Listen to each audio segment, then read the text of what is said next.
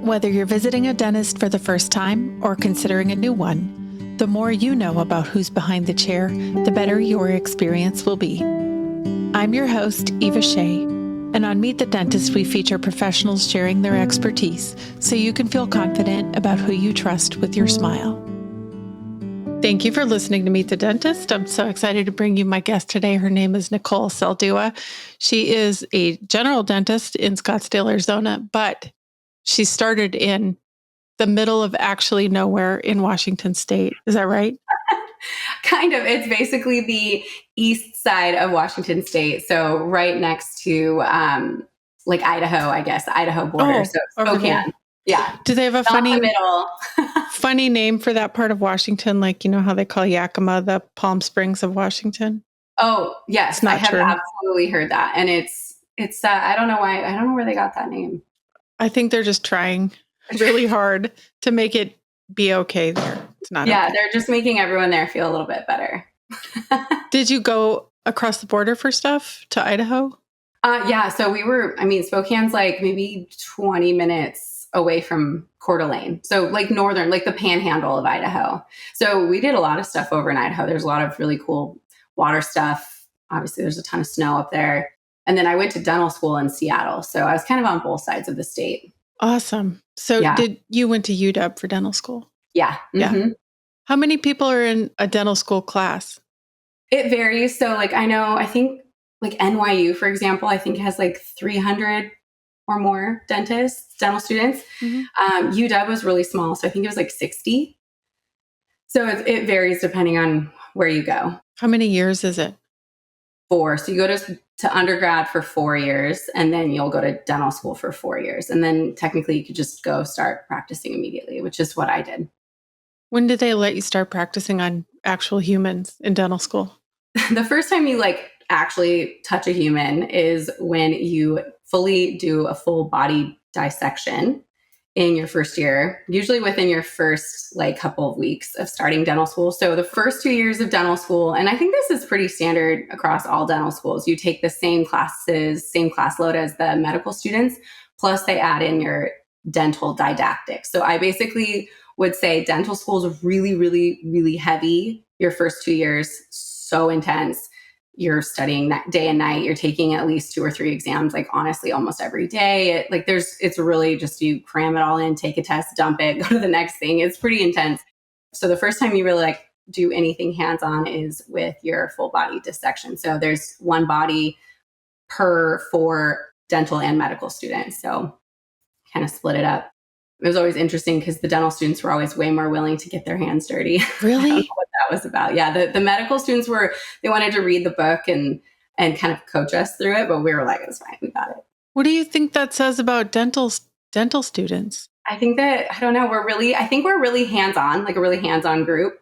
Clearly, we like to use our hands. We went into a field that is very... Well, it's sort of a given, you're not going to go and then not stick your hand in somebody's mouth later. Yeah, I don't know, but it was interesting. I don't know. Maybe that was just at UW. Maybe it's different. I don't know. Other people have had different experiences, but so that's the first time. And then the second time you really get your hands dirty, if you will, is they have what's called stab lab, where we learn how to give injections, and it's to each other, which is always kind of hilarious.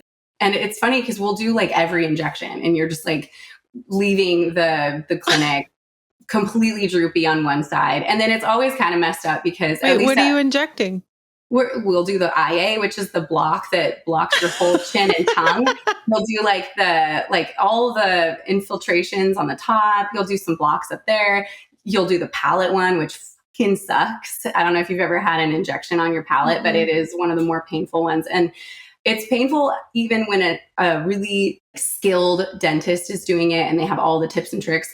When a dental student who's never really wielded a needle before is doing it, it's pretty uncomfortable. And then also add on the fact that we're aiming for so long. We have our, the needle in there. We're thinking about where we're going to go, and it's just dripping on your friend's tongue, and their tongue's numb, and it's honestly pretty comical. And of course, and again, I don't know if other dental students had this experience, but the 4th years throw a party like, oh, good job. You made it to Stab Lab or through Stab Lab. And actually what they're doing is for sure hazing us because we're trying to have, a drink of beer and it's just like pouring down our faces and, half of Hilarious. us is numb. Yeah. And then third year is when you start in clinical. So, you kind of go into rotation. So you'd start maybe with pediatrics and then you go into oral surgery and then you do maybe just treatment planning or whatever the case may be, endodontics. So you're working on root canals. And in each of those rotations, you have certain requirements. And again, at UW, we had all the specialties. So we might have gotten a slightly different experience than maybe a dental student at a school that doesn't have any specialties. There's pros and cons to both of those. And then fourth year, you're basically running sort of like a clinic. So you basically have like a patient load and you're just seeing them for whatever they need. And then you do still have your requirements. And I think things changed a lot after COVID. So I don't know, maybe it's quite a bit different now, but this was all pre-COVID. Mm-hmm. If you specialize beyond general dentistry, is that after you're done with 4 years? So there's even more. Mm-hmm. So like an oral surgeon, give them a lot of love because they went to a lot of school. So after they get done with dental school, they go to 4 to 6 more years of oral surgery residency. And they often also leave with an MD. So they'd have the DDS, the Doctor of Dental Surgery, or DMD. Those are the same. And then they would go in and get their MD so that they could perform like full on surgeries. I'm pretty sure endo is usually about 3 years, perio 3 years. So 2 to 4 more years is usually a common specialty requirement. It's really interesting. It's interesting too, because if you specialize as any kind of specialty, you are legally not allowed to do anything else. Even though you originally left as a general dentist, they legally cannot do anything else. So like a root canal specialist, an endodontist, legally cannot do a crown. And that's to protect the referral system, right? So a general dentist isn't going to want to send their patient over to the endodontist if the endodontist is going to go ahead and just do the crown also.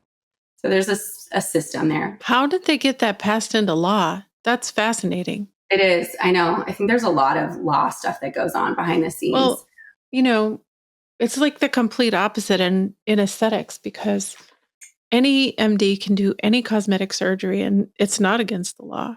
Well, I would say any general dentist can do anything, but you can't go backwards. So basically, a general dentist can do a root canal and a crown and veneers and extractions and a sinus lift and blah, blah, blah, blah, blah.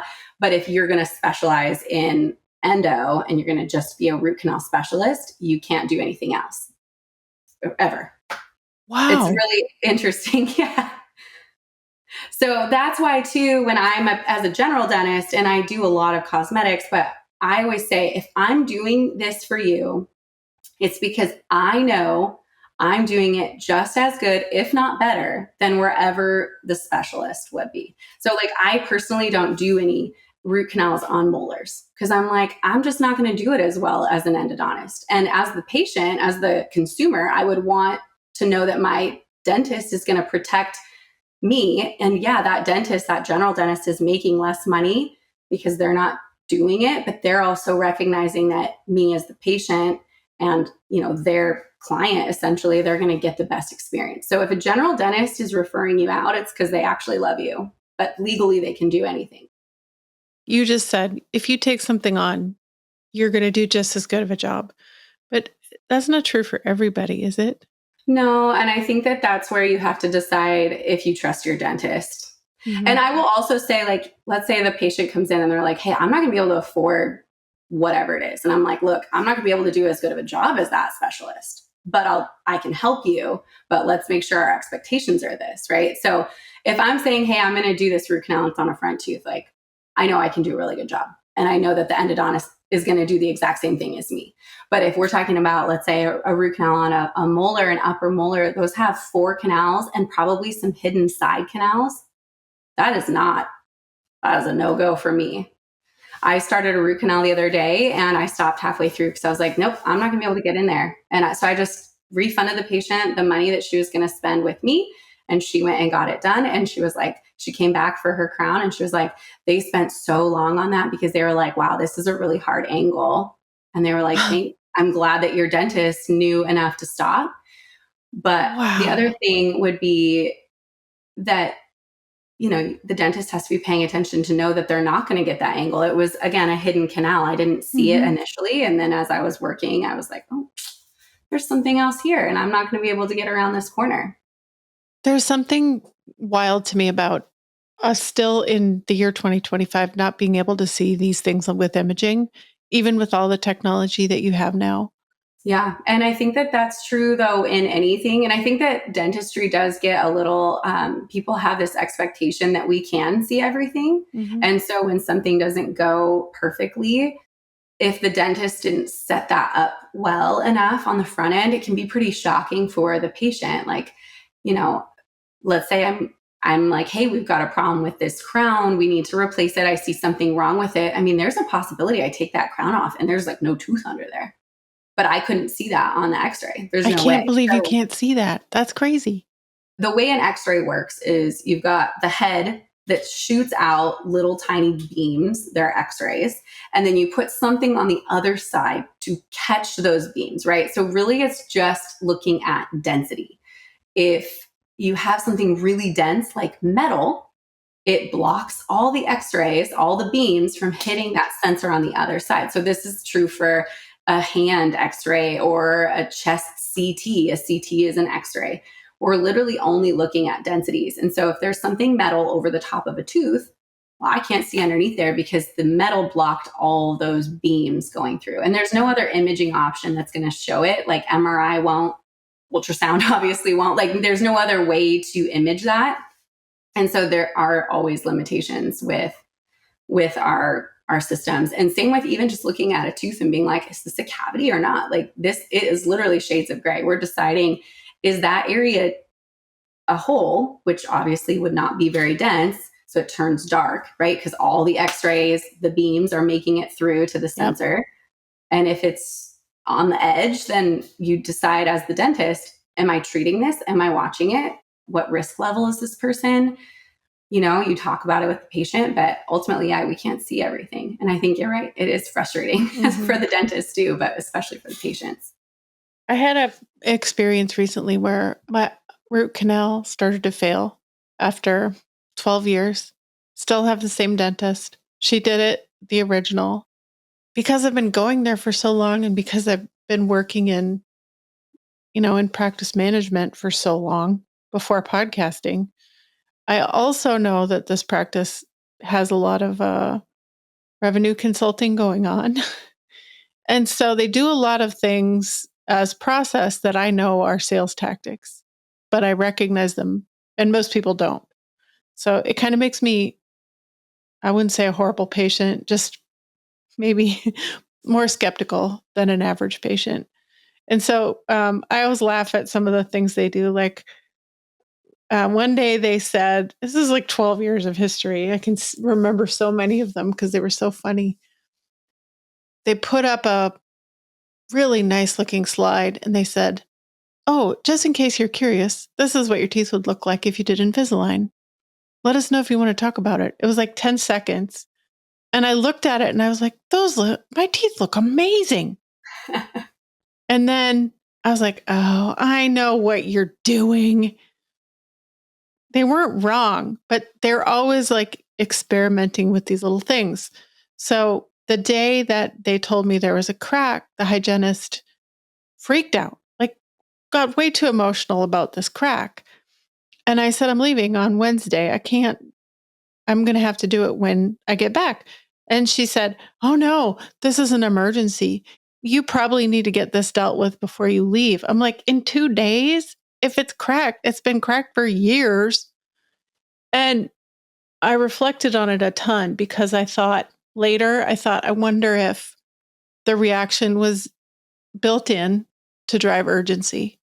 Because if you know it's been there for years, then do you go, oh, if it's been there for years, I don't have to do it right now.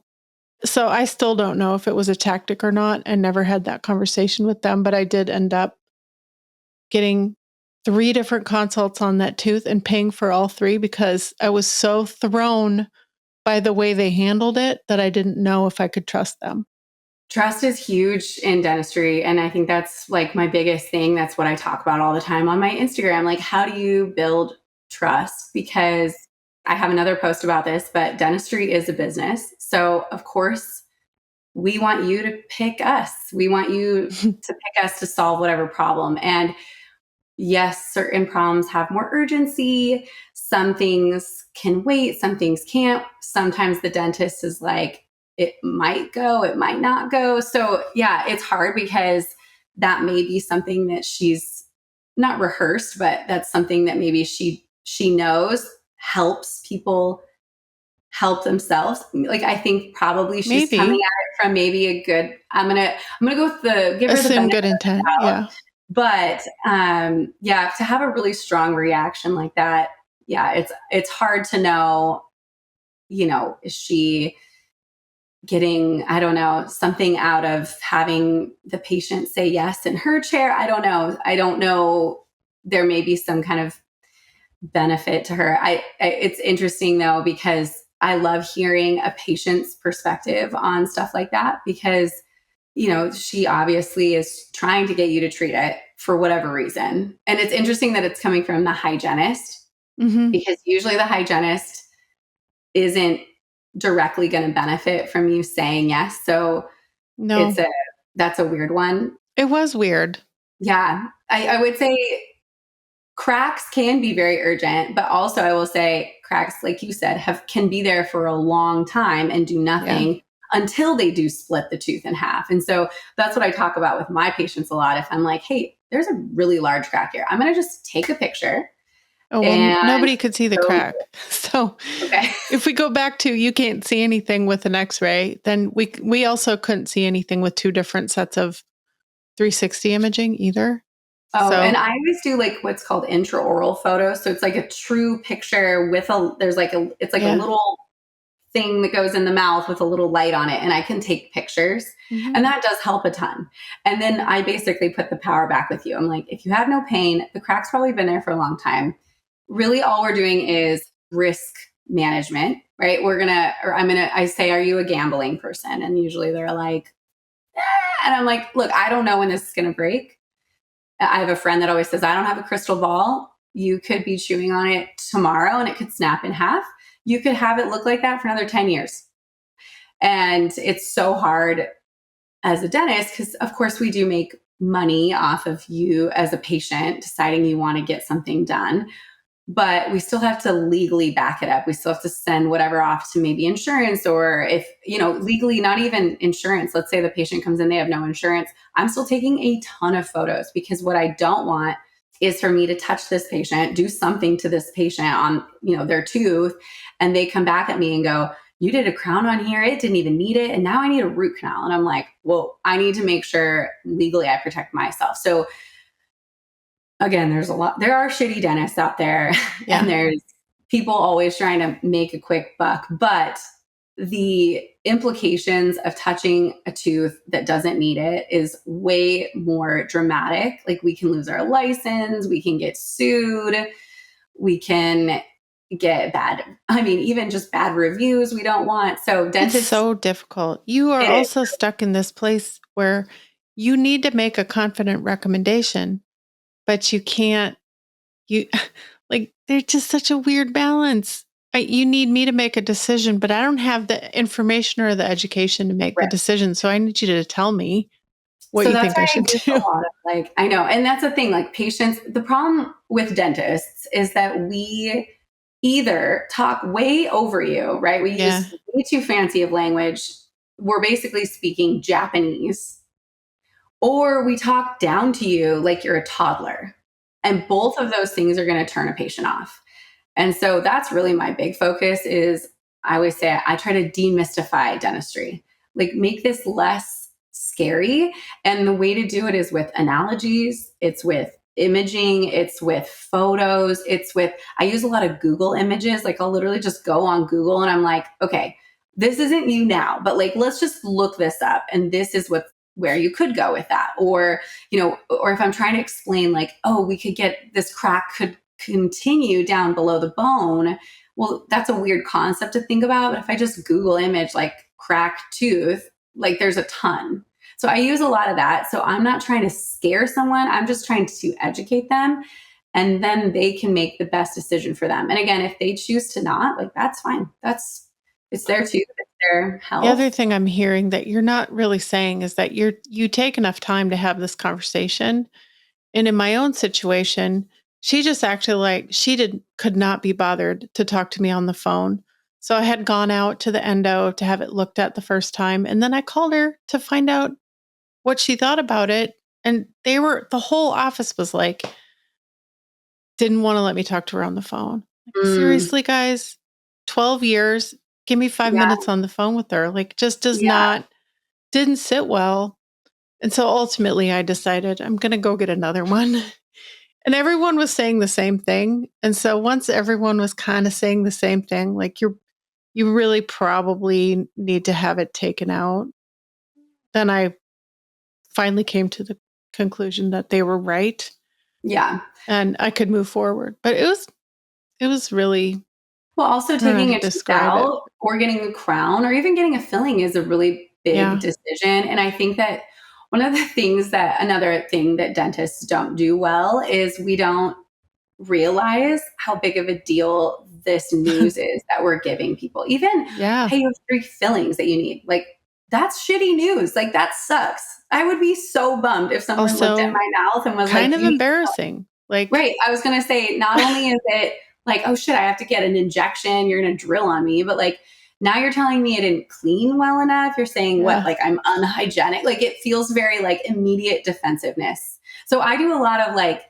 oh, this looks like maybe it was there. And like, I'll do a lot of letting things be blamed elsewhere because I think that's important for people to know. It's not just that you were like bad with your hygiene. Like we all have stuff going on. There's also changes in our saliva, in our minerals in our saliva. Things fluctuate all the time. And so, or you're stressed. Like stress can play a role. Food habits can play a role. Mouth breathing because you had a cold. Like it's not that I'm just saying we can put blame elsewhere, but like really there is a lot of things that factor into every single thing that happens in dentistry. And I will say even a lot of things go back to how your teeth fit together, your bite, which again, I guess you could look at as another sales tactic, but if your teeth are not matching well, and you're having a ton of dental problems, it really does all come back to occlusal traumas and forces on the teeth that really aren't designed to be there. And then we start talking about Invisalign. And so, yeah, like it can definitely like take a turn. And now we're talking about a bigger thing, but it's all comes down to the patient understanding and being able to follow the logic, not, oh, geez, she's just randomly recommending Invisalign. I have, cracked tooth. Why is she talking about Invisalign? That's when people get shut down. Well, that was many years before the cracked tooth. Yeah. That one just cracked me up because it was it was such a blatant cosmetic tactic, like Oh yeah, no, out and of I nowhere. for sure. And again, I think that Invisalign can be very like pushed for cosmetics, and I don't necessarily Yeah. think like 50% of the time that I'm talking about Invisalign, I would say actually 80% of the time I'm talking about Invisalign. My main thing that I'm worried about is the posterior bite. We're going to get a benefit with some aesthetic stuff. And I am a cosmetic dentist. Like, yeah, I'm going to talk about the cosmetics, but usually when I'm talking about Invisalign, I'm talking about an issue with the back teeth, the bite. I always talk about, if you put up tent poles and you put them in too close, right? And then you try to put the cover on the tent, everything kind of droops towards the center and Yeah. collapses and the tent falls down. I mean, that's the exact same concept. You need a nice wide back bite. You need the teeth to be taking forces the way that they were designed to take forces. It helps the gums, it helps the bone, it helps the teeth, helps your jaw. Like, so all of it comes back to that. But again, it's really easy to go too fast and talk about that before you talk about some of the basic stuff because Yeah. people are ready to be a little bit defensive and I don't blame them. Like Talking about things in the right order is really important. And the one that I see everywhere, I feel like this is a system-wide problem in all of dentistry, is that insurance dictates the way we talk about the whole problem. I actually would prefer not to talk about insurance until I understand what's going on because Aren't most of us already in the place where insurance isn't helping? I feel like people don't fully understand their insurance. And so that's where a lot of the problems come from is they think, oh, my insurance will probably help with that. And I'm like, No. maybe. So I think that's why a lot of private practices are dropping a lot of insurances because one, it limits us on what we can do for you, especially if we care what things look like and materials that are going in. If we actually care about what we're giving the patient, insurance coverage isn't necessarily going to be bad. I always compare it to like your house goes through a wind storm and the roof got damaged, and now insurance is going to help you pay for a new roof. Well, they're probably not going to pick like pretty roof shingles. Like it's going to be basic. It might not really match your house, but you can go ahead and get the nicer stuff. It's just going to cost you more. But it's a personal choice. And if your dentist is dropping insurances, it's not because they're money hungry or they're assholes or they personally don't like you. It's because that insurance isn't paying them enough to do the quality of work that they want to. And I think the staff get really worn down by the whole thing because no one went into that business to do insurance verification. No, I know. It's miserable. Well, you said you were a practice manager, right? So No, I've been in plastic surgery practice consulting for a okay. long time. And so I spend a lot of time on the retail side. And then when I have to go anywhere that involves insurance, I'm always really like, wow, this is terrible. It's terrible. Because it just like it gets in the middle of the relationship you're trying to have with with me and my provider or you and your patient in a way that is really all consuming.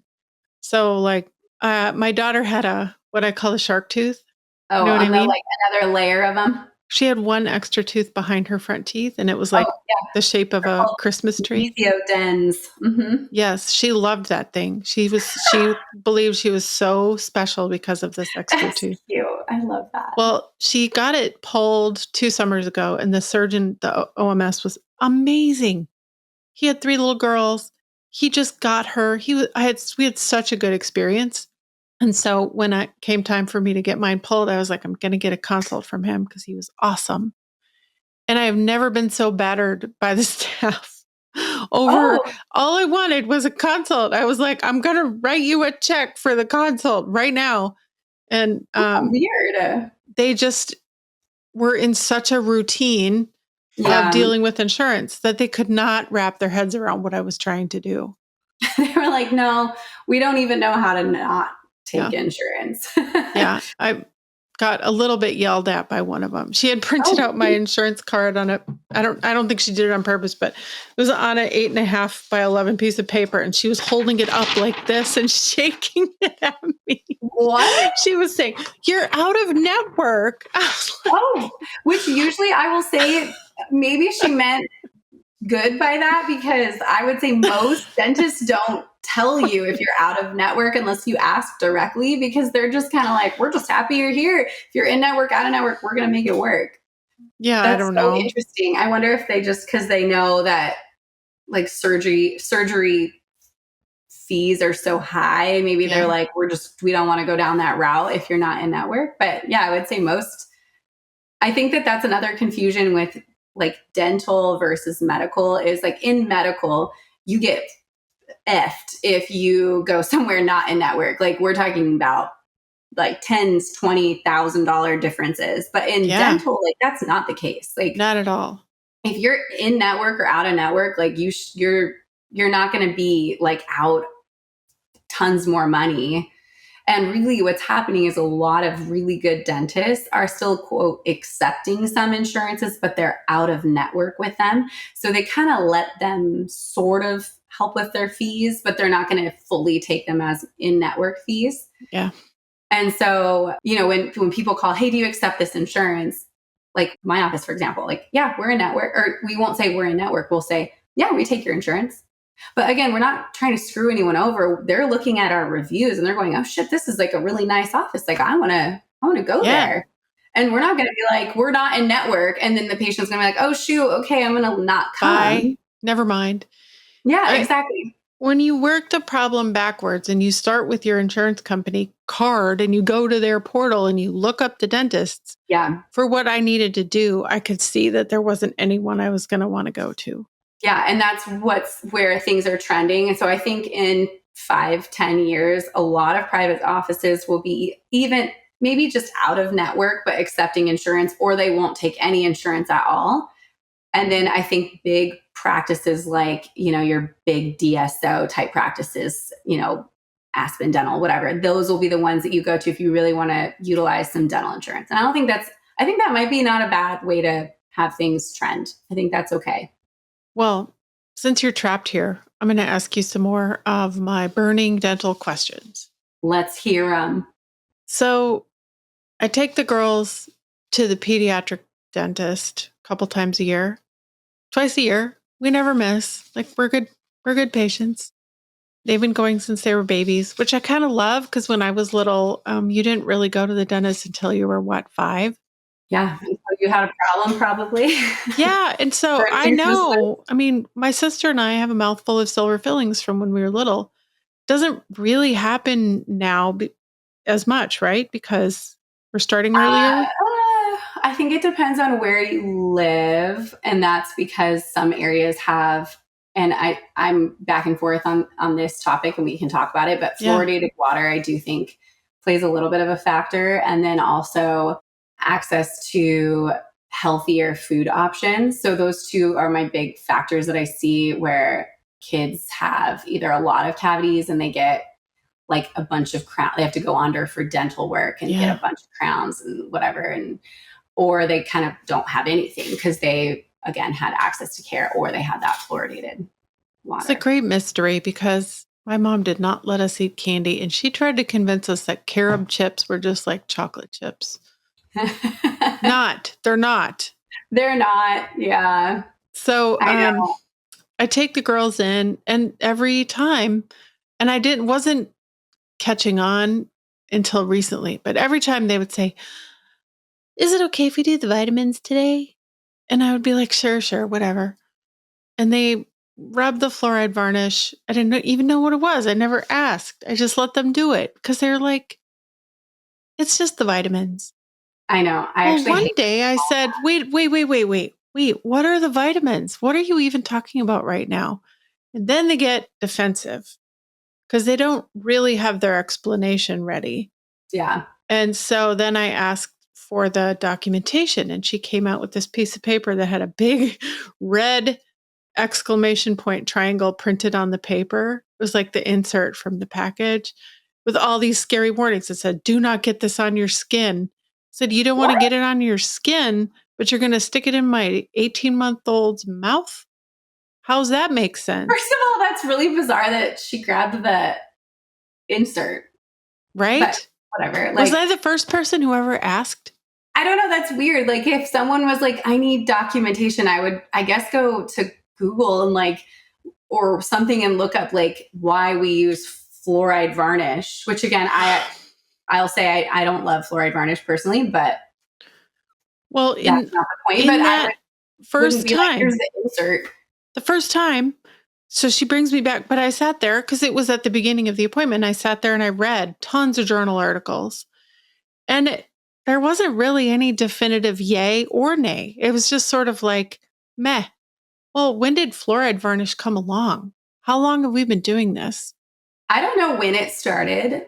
Probably around the same time as water fluoridation, it would be my guess. Or maybe after when they realized it was helpful. So I think it's helpful to talk about why fluoride is helpful.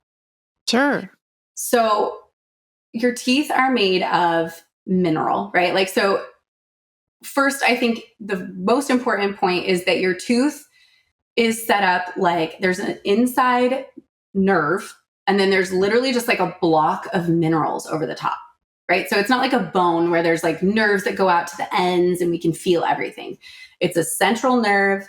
And then there's this block of minerals over the top.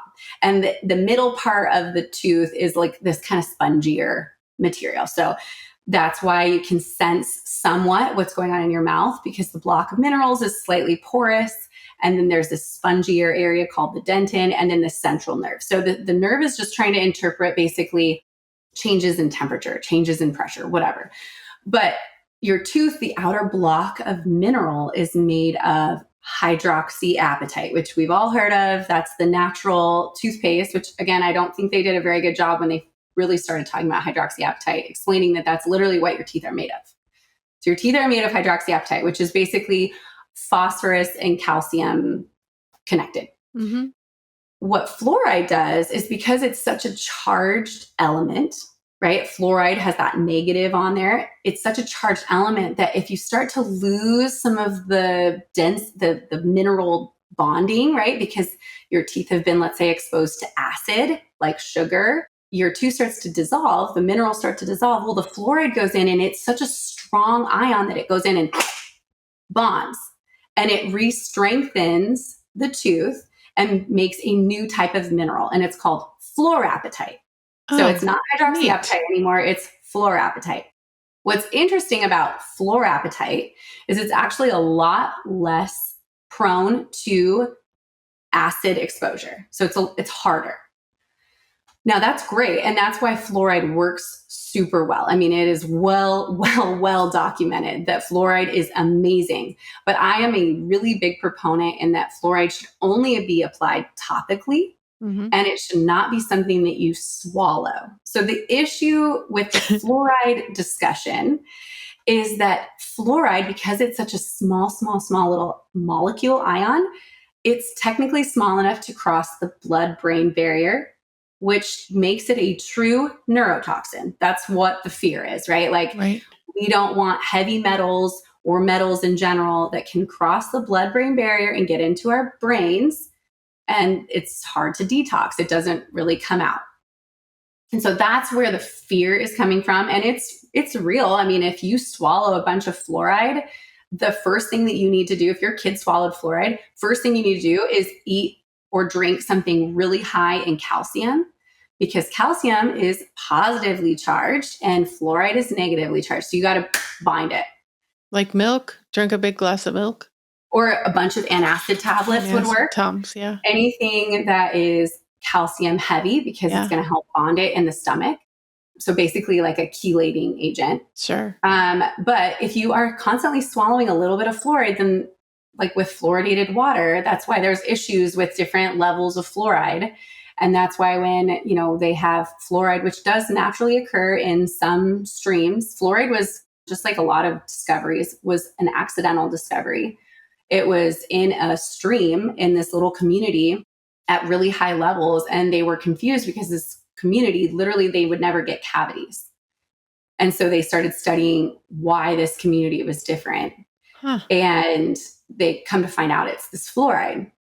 However, too much fluoride causes what's called fluorosis, which is essentially when fluoride is inside the stomach while teeth are developing, and it gets infused into the tooth structure as the tooth is being made. So ingested fluoride can cause developmental tooth fluorosis, but you can't get it from the top. So all that to say, I like fluoride if you have a high cavity risk and you know how to spit it out. This just came up at my house because I took the iPads away permanently like 3 weeks ago. And so now my daughter has to read whatever's in the bathroom when she's on the potty. And she decided to read the entire tube of toothpaste out loud to me. Oh. And then she said, "Why does it say that?" Like it says on the kids' toothpaste, call poison control if you swallow too much, or whatever it says on. So they know not to swallow the toothpaste now.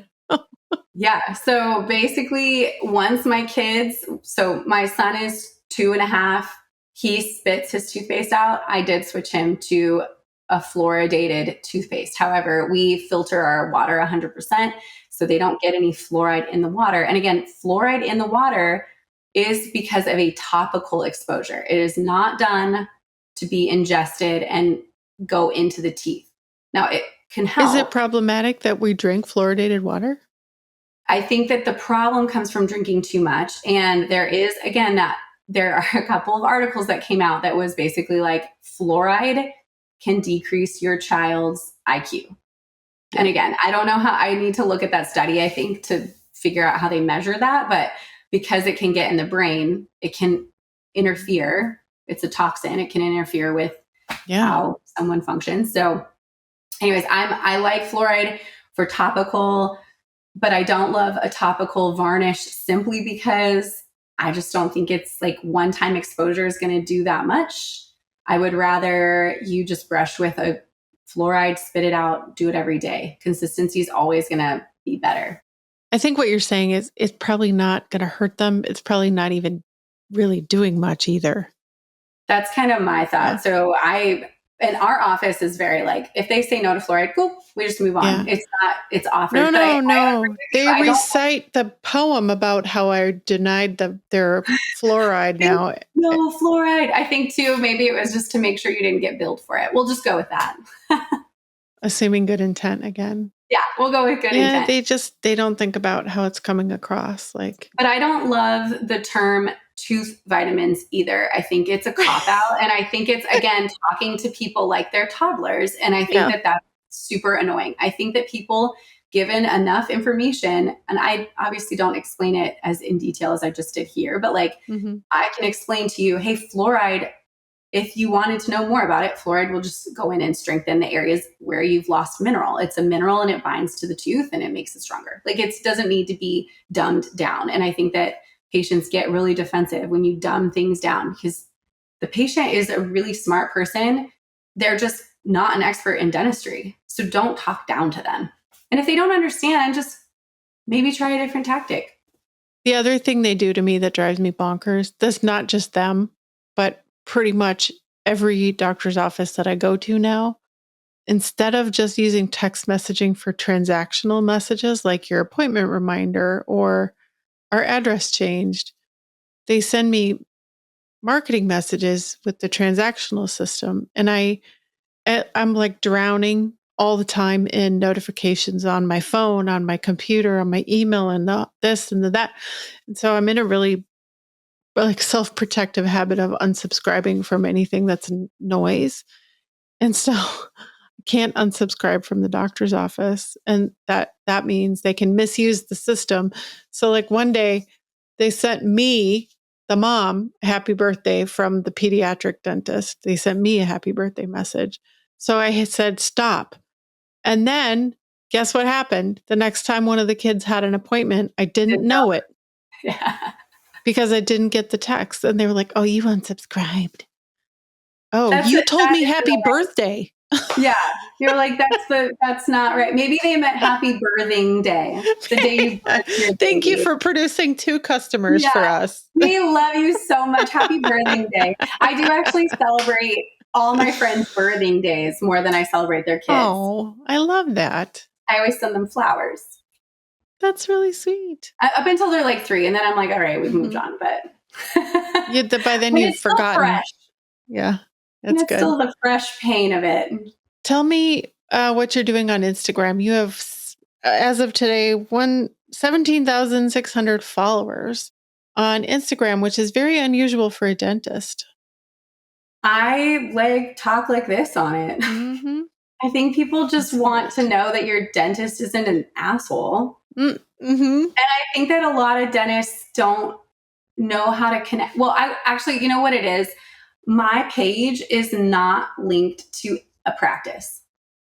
So I can say things on there that can be a lot more honest and I can connect more. And there's a lot of dentists that are on there that follow me, but there's also a lot of patients because I do a lot of educational explaining.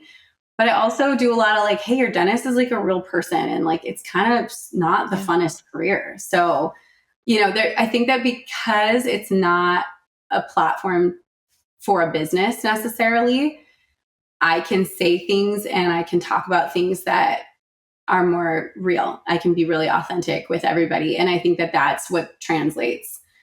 Because people are like, oh my gosh, I've been waiting for someone to say that. If it was for your business, I would tell you you're absolutely on the right track because people, especially now that AI is sort of becoming this wave, I feel like it's coming and it's overtaking us. Yeah, it is really overtaking us. that the more human we can be, the more we'll stand out. That's always been true, but now I think it's going to be more true. Like it's Yeah. just going to keep going. Especially with educational content, because ChatGPT, you can look it up and you can ask it questions and it's really catering it to like what you need. Like you could look up a lot of the stuff I talk about probably and get a semi good answer. But Yeah, I think, maybe, but I want to know what you think.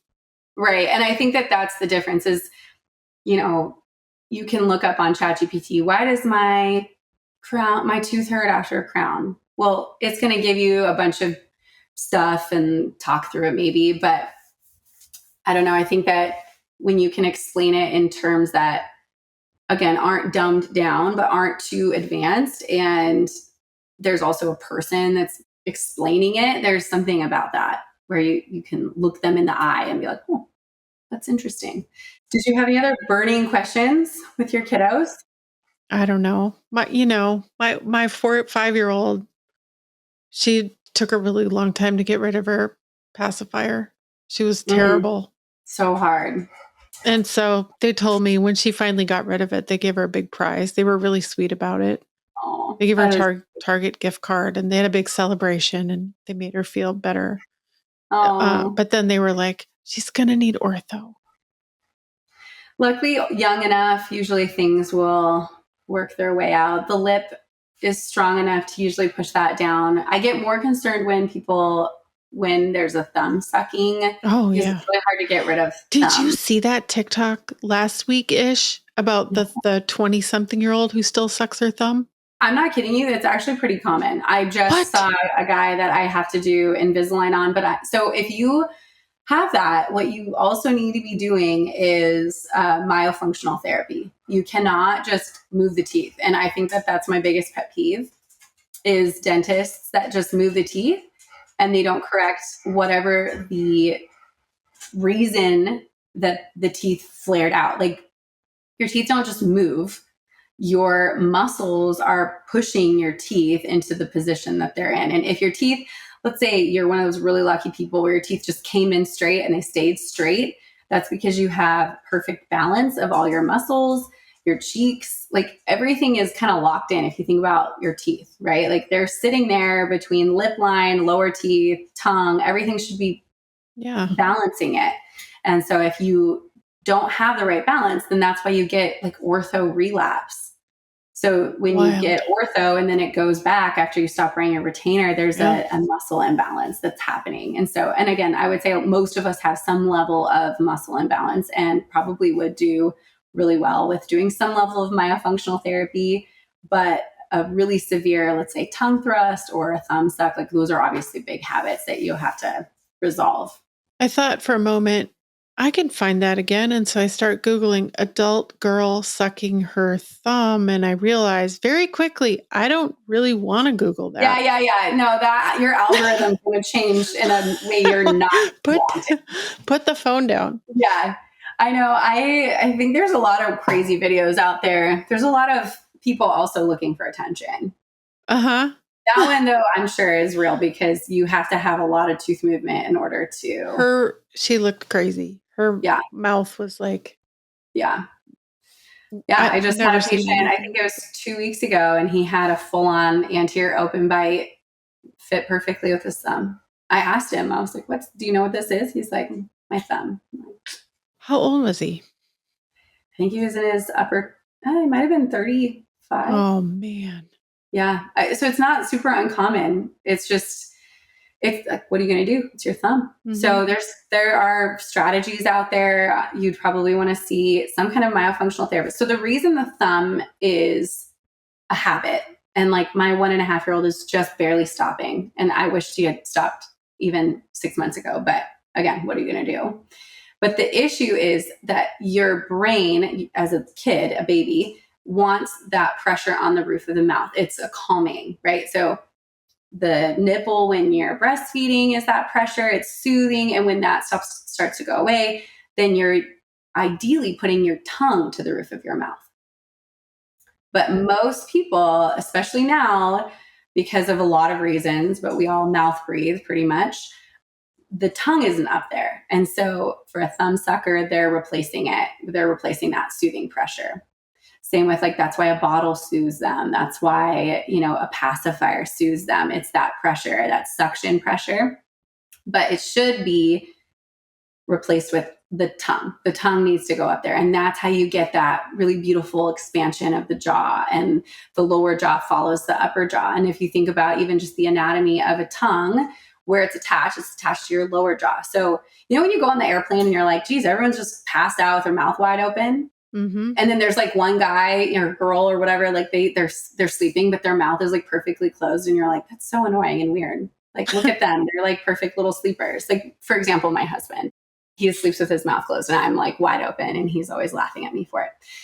But that is because the tongue is making kind of imagine like a suction cup, like, you're in the shower, it's like a suction cup, and it's attached to your lower jaw. And if you make that correct suction to the roof of the mouth and it literally just stays there, your lower jaw will stay shut and you will nasal breathe and you'll get more restful sleep. And so that's why also there's that big trend with mouth taping. Mouth taping. Because you're trying to promote nasal breathing. But the problem with mouth taping, and I actually love mouth taping, the problem with mouth taping is it does not solve the myofunctional issues, right? Because you aren't suddenly going to get your tongue up there. It's just now it's forcing nasal breathing, which again is fine. It's better than nothing. But a lot of times, that's why they're like, don't mouth tape if you might have sleep apnea or an actual breathing issue, is because, well, now you minimize the ability to breathe, and you're not going to just force nasal breathing if you have a tongue obstruction.